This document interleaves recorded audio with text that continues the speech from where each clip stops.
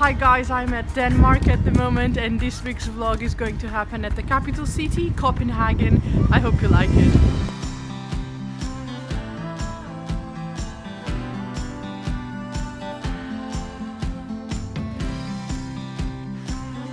So now we're going up the round tower.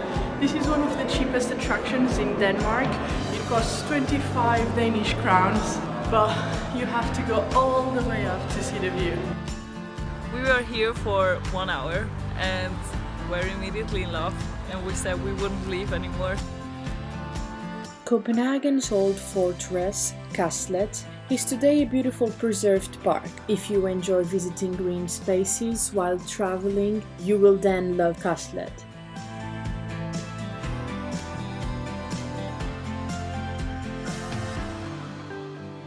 Copenhagen's most touristy thing to do, the Little Mermaid.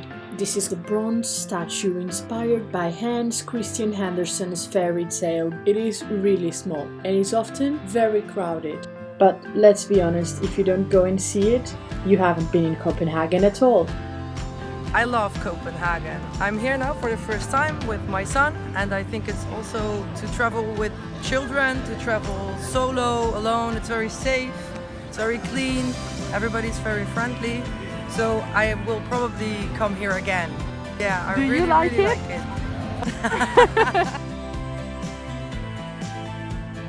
Nyhavn is the most iconic spot in this city. It is worth it spending some time around here to enjoy this place. An interesting fact about Nyhavn is that Hans Christian Andersen lived and worked in Nyhavn for many years.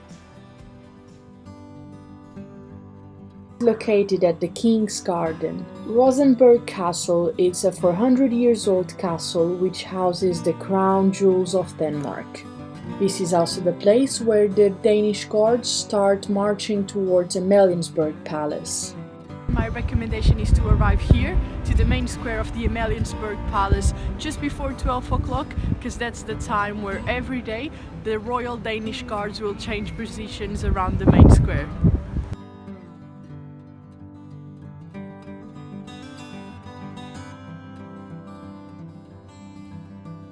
The Amaliensborg Palace is the residence of the Danish royal family.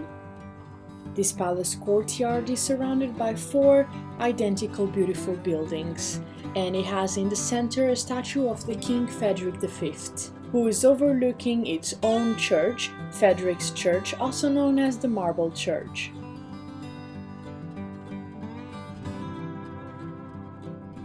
The Royal Danish Library is most known as the Black Diamond because of its architecture. Apart from the main functions of a library, this building also houses the National Museum of Photography, a bookshop, a cafe, a restaurant, and a concert and theatre hall.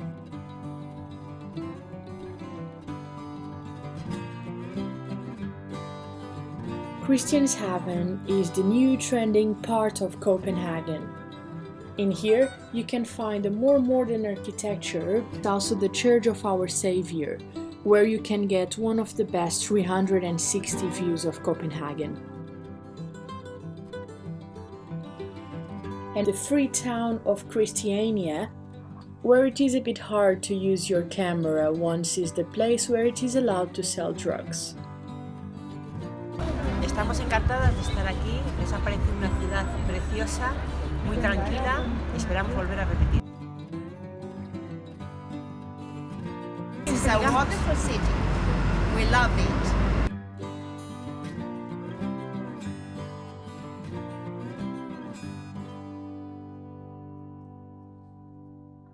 At Havnegate Street you can find 5 bouncing trampolines. The bikes, everyone's embracing this ecological, economic means of getting around. I think it's brilliant. Yeah, very progressive. example to the world.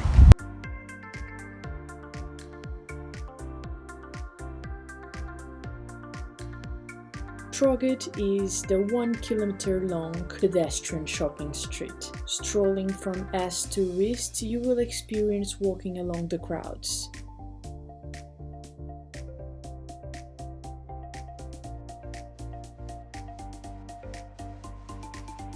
In the heart of the city, you will also find Tivoli Gardens. This is the world's first amusement park.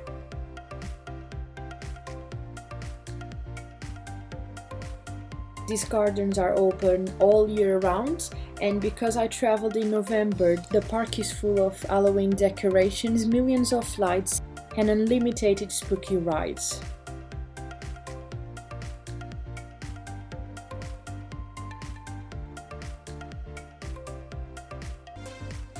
So this was it for Copenhagen. I hope you like it and I see you next week.